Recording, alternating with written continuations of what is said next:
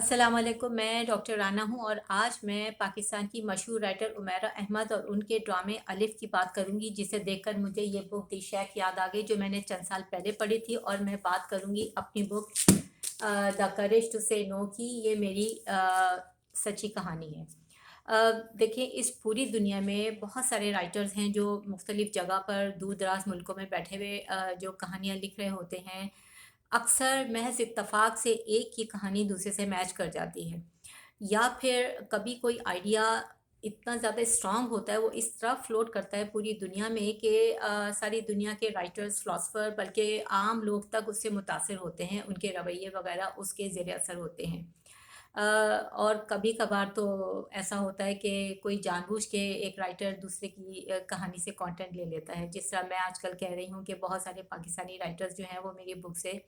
Content لے کر ڈرامے بنا رہے ہیں۔ تو اب میں بات کروں گی عمیرہ احمد کے ڈرامے کی، جس میں ایک بچہ مومن جو تھا وہ اللہ تعالیٰ کو خط لکھا کرتا تھا۔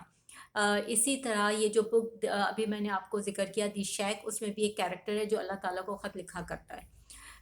اس کے بعد جس طرح مومن اس ڈرامے میں جب بڑا ہوا تھا تو وہ ناراض تھا اللہ میاں سے، کیونکہ اس کے جو بچپن میں اس کے جو پیرنٹس تھے ان کے درمیان جو بھی ایک سلسلہ چل رہا تھا ناراضگی کا، اس کی وجہ سے وہ بچہ سفر ہوا تھا اور وہ ناراض تھا۔ پھر وہ اللہ میاں سے ذرا دور ہو گیا تھا، جبکہ اس کے دادا کہتے تھے کہ ہماری 7 نسلیں جو ہیں وہ کیلیگرافی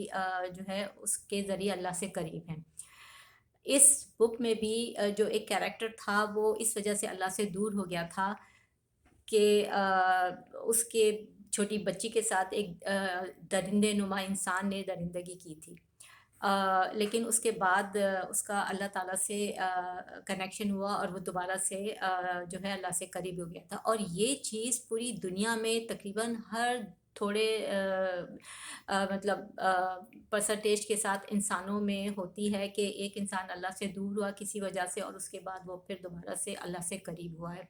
جو کہ میرے ساتھ بھی ہوا تھا۔ میں جب پاکستان میں تھی تو جو اتنی ناانصافیاں میں پاکستانی معاشرے سے جو میں سفر کر رہی تھی، میں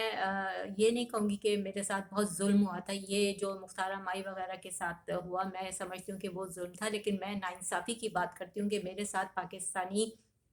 معاشرے نے اور پھر ساتھ میں جو اس وقت کی گورنمنٹ اور جو بھی بیوروکریسی اور یہ سب کچھ تھا ان کی وجہ سے، اور پھر بہت کچھ ہوتا رہا۔ اور جس طرح اس دی شیخ میں اور الف ڈرامے میں بھی جو مومن تھا، جب وہ بچپن سے جو یہ ساری چیزیں فیس کر رہا تھا تو اس کو اس وقت نہیں اتنا پتہ چلا تھا کہ وہ کیا چیز ہے جس کی وجہ سے، اس کی کہانی کیا ہے جس کی وجہ سے وہ یہ ساری چیزیں فیس کی اس نے اور اللہ سے وہ دور ہوا۔ اسی طرح میں بھی جب ناانصافیاں برداشت کر رہی تھی تو مجھے سمجھ نہیں آتا تھا کہ میرے ساتھ ہو کیا رہا ہے۔ مجھے صرف اتنا لگتا تھا کہ میں بس بھاگ رہی ہوں، میں بس پریشان ہوں اور لوگ مجھے تنگ کر رہے ہیں، اور کوئی مارنا چاہ رہا ہے، کوئی بدنام کرنا چاہ رہا ہے، کوئی میرے ساتھ یہ ناانصافی، یہ وہ ناانصافی۔ تو یہ ساری چیزیں میں سفر کر رہی تھی، اور اس وقت کیا اب تک مجھے لوگ جو یہ سارے میرے چاروں طرف تھے وہ یہ کہتے تھے کہ ہم نے تمہاری زبان بند کی ہوئی ہے جادو کر کے، اور ہم نے یہ کر دیا ہے، وہ سازشیں کی ہے، خود اپنے منہ سے کہتے تھے۔ اور پھر میرا جو نروس بریک ڈاؤن اور اس کے بعد جو میموری کا مسئلہ اور پھر بہت کچھ، تو مجھے یہ سارے لوگ یاد بھی نہیں تھے جو میرے ساتھ یہ ناانصافیاں کر رہے تھے۔ میں بس مجھے یہ پتہ چلتا تھا کہ میں بس ایک جگہ سے چھوڑ کے دوسری جگہ جا رہی ہوں، وہاں سے آگے جا رہی ہوں، وہاں سے شہر بدلا، ملک بدلا، اسٹیٹ بدلی، بس یہی کر رہی ہوں۔ تو اس کے بعد یہ وقت آ گیا تھا کہ جب میں ہر ایک سے متنفر ہو گئی تھی، انسانوں سے، پاکستانیوں سے، مسلمانوں سے، میں پھر اللہ سے میں سب سے ناراض ہو گئی تھی، سب سے میں دور ہو گئی تھی۔ اور ایک وقت یہ آ گیا تھا، میں اس ایج پر آ گئی تھی کہ میں بس اسلام سے کو چھوڑنے والی تھی، میں اسلام کو خداحافظ کہنے والی تھی، کہ اچانک سے پھر وہ شب قدر تھی کہ اللہ تعالیٰ نے مجھے خود بڑھ کے تھاما تھا، خود اللہ میاں نے مجھے بڑھ کے آواز دی تھی۔ اللہ میاں کی کا میرے اوپر کتنا بڑا احسان ہے۔ اور اس کے بعد اس رات کو، وہ شب قدر کی رات تھی، مجھے اللہ تعالیٰ نے خود سب کچھ دکھایا تھا، ان سب کے چہرے جو کہ میں بھول چکی تھی، مجھے پتہ ہی نہیں تھا کہ میری کہانی کیا ہے، میرے ساتھ ہو کیا رہا ہے۔ اللہ میاں نے مجھے سارا کچھ مجھے یاد آنا شروع ہوا، اور مجھے سارے چہرے رات کو خواب میں نظر آنے لگے، اور اللہ میاں نے مجھے سجیسٹ کیا تھا کہ یہ مجھے بک لکھنی چاہیے جو میں نے لکھی ہے، دا کریج ٹو سے نو۔ اور اسی طرح یہ جو آپ میں نے ابھی بک کا ذکر کیا دی شیخ، اور اسی طرح جو اس ڈرامے الف میں بھی جب اللہ میاں کسی کو راستہ دکھاتا ہے، اللہ میاں کسی کے اوپر مہربانی کرتا ہے، تو پھر اس کو بڑھ کے خود تھام لیتا ہے، اور اس انسان کا دل اللہ کی طرف پلٹ آتا ہے۔ بہت سارے لوگ ہوتے ہیں جو اللہ سے ناراض ہوتے ہیں، اللہ میاں بھی پرواہ نہیں کرتا، وہ لوگ اللہ میاں کو بری بری گالیاں بھی دینا شروع کر دیتے ہیں، اور اسی حالت میں وہی دنیا سے بھی چلے جاتے ہیں۔ لیکن اس ڈرامے میں بھی آپ نے دیکھا کہ مومن جو تھا وہ پھر اللہ کی طرف پلٹ آیا تھا، اور اس جو میں نے بک کا ذکر کیا دی شیخ میں بھی یہ ہوا تھا، اور میری اصلی کہانی میں بھی یہ ہوا تھا کہ میں پھر دوبارہ سے پلٹ آئی اللہ کی طرف، اور اب میں اپنا مذہب بھی سیکھ رہی ہوں، اللہ کا شکر ہے۔ ہاں، ابھی میں انسانوں سے دور ہوں، میں کسی پہ ٹرسٹ نہیں کرتی، بلکہ میرا ٹرسٹ اور خراب ہو گیا ہے جب سے میں نے دیکھا کہ پاکستان کے جو رائٹرز ہیں وہ ڈرامے بنا رہے ہیں میری بک پر۔ اس سے میرا دل اور زیادہ متنفر ہو گیا ہے مسلمانوں سے، پاکستانیوں سے، لیکن خیر اللہ سے میں ابھی قریب ہوں، کنیکٹڈ ہوں۔ اور اس کے بعد یہ تو کافی ساری چیزیں ہیں، اور یہ میں سمجھتی ہوں کہ یہ ایک ایسی چیز ہے کہ ہر دوسرے تیسرے انسان کے ساتھ یہ سارا کچھ ہوتا ہے کہ وہ اللہ سے دور ہوتا ہے، اور پھر اگر اللہ نے توفیق دی تو اللہ کی طرف پلٹتا ہے، ورنہ وہ اسی حالت میں مر جاتا ہے۔ یہ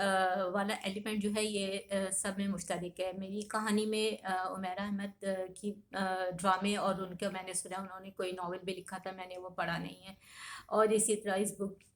دی شیک میں ایک اور چیز ہے کہ اس دوران جو میں ویڈیوز بنا رہی تھی تو اس میں ایک کمنٹ آیا تھا کہ یہ جو ڈرامہ ہے اس کے اندر بھی ایک اداکارہ ہے، اور اس کے جو سسر ہیں کیلیگرافی آپ کو پتہ ہے وہ کرتے تھے، تو اور آپ کی کہانی میں بھی ایک اداکارہ اور ان کے سسر ہے، تو کہیں آپ کی کہانی تو نہیں ہے۔ اب ہو سکتا ہے کہ انہوں نے میری بک پڑھی ہو، اور یہ بھی ہو سکتا ہے کہ وہ اسے مجھ پہ طنز کر رہے ہوں۔ تو میں یہ بتانا چاہتی ہوں کہ جو میری کہانی ہے اس میں تو جو اداکارہ ہیں، ابھی میں نے سوشل میڈیا پر دیکھا تھا، وہ تو ابھی تک ویسے ہی مٹیریلسٹک قسم کی اور چپی چپی باتیں کرتی ہیں، پیسوں کے علاوہ وہ کوئی خاص باتیں نہیں کرتی کہ میں سمجھوں کہ ان کا دل سونے کے تاروں جیسا ہو گیا ہے اور وہ اللہ سے قریب ہو گئے ہیں۔ ویسے تو یہ خیر اللہ تعالیٰ کے معاملے ہیں، کسی انسان کو بولنے کا کوئی حق نہیں ہے، لیکن جو ایک انسان دیکھتا ہے اور جو اس کی عقل سمجھ جو اسے کہتی ہے، اور پھر جو اس ڈرامے میں جو اس اداکارہ کے جو سسر تھے وہ تو 7 جنموں سے یا 7 پشتوں سے جو ہے وہ کیلیگرافی میں انوالو تھے، ان کا خاندان سارا، اور پھر اس کے بعد مومن بھی اسی طرف راغب ہو گیا تھا۔ جو میری اصل زندگی کہانی جو میں نے اپنی بک میں لکھی ہے، اس کہانی کے جو سسر ہیں اس اداکارہ کے، ان کا تو ابھی تک جو